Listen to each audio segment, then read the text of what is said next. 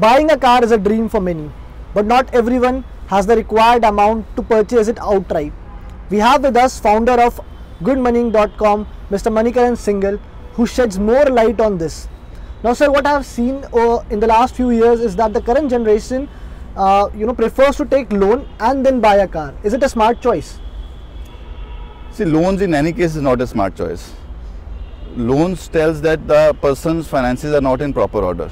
If they are taking loans, then that means their desires are not being taken care by the cash flows. See, technically there are, as a financial planning segment, we always say that there are two types of loans, good loans and bad loans. Good loans are something which ultimately gets you into some appreciable asset classes where you start getting some return immediately or later on. Whereas in case of bad loans, it is a consumer loan. So once you take it, it just finishes off and you have to just paying off the EMIs for the longer term. In good loans, we say that there are home loans, there are education loans. Definitely it adds something to the value.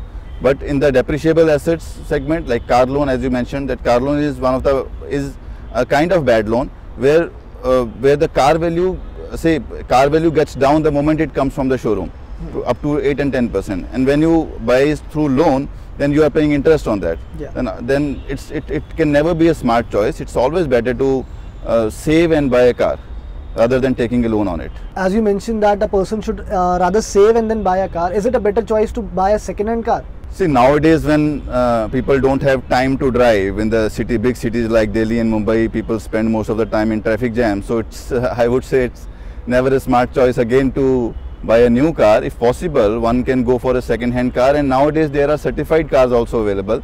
One can definitely make a good choice, because unlike earlier that when people are not sure that what kind of car condition they are going to get, what is the surety of the owner, and like all these things are not all these things are being taken care by certified sellers these days.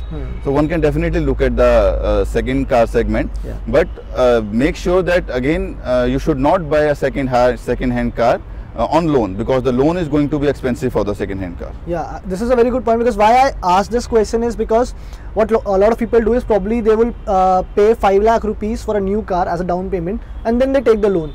Instead, they can buy a second-hand car for that amount. Exactly. Without taking the loan. Exactly. There are different segments, different segments of the car which are available at very good prices these days. So if one can buy a luxury car at 5 lakh rupees, then that would be much better for him. Yeah. So if in case somebody is actually taking a car loan, what are the things that he or she should keep in mind? In the case of car loan? Yeah. See, first thing, again, it is a loan, right? So one has to be sure on the inflow part, your salary sustainability part. So everyone feels that this kind of EMI is being taken care easily by the salary things, but if one is saving for the other goals too, then it has to be managed between the other things. Technically, we say that your loan in total EMI should not be more than 40% of your inflow of the income, right, including your home loan EMI. So if you have plans to go for home loan at later stage, you should not continue it along with the car loan. Finish off the car loan first, or as I said, that your loan segment or EMI segment should be within the range. Now this brings me to my next question. Can a person, because whenever you buy a car, you obviously opt for an insurance. Are there any tax benefits on that? Tax benefit or insurances? Yeah. On car insurance? Yeah. No, unfortunately no. In a salaried space, when a person is into service, then he cannot claim any tax benefit on the car insurance. But what if the car is being used for a business purpose? Yes, I was coming to that point, because when the car is being used for the business purposes, then yes, the one can claim the insurance expenses, one can claim the car loan, EMI, interest expenses, and one can also claim the depreciation of the car, but only up to the portion where it is used for the business purposes. Not let's say it is being used 50% for the business and 50% for the personal use, so one can easily claim 50% as expense in the business segment. Okay. Thank you so much, sir. Thank you. Keep watching zeebusiness.com for more such videos and more money tips. Thank you.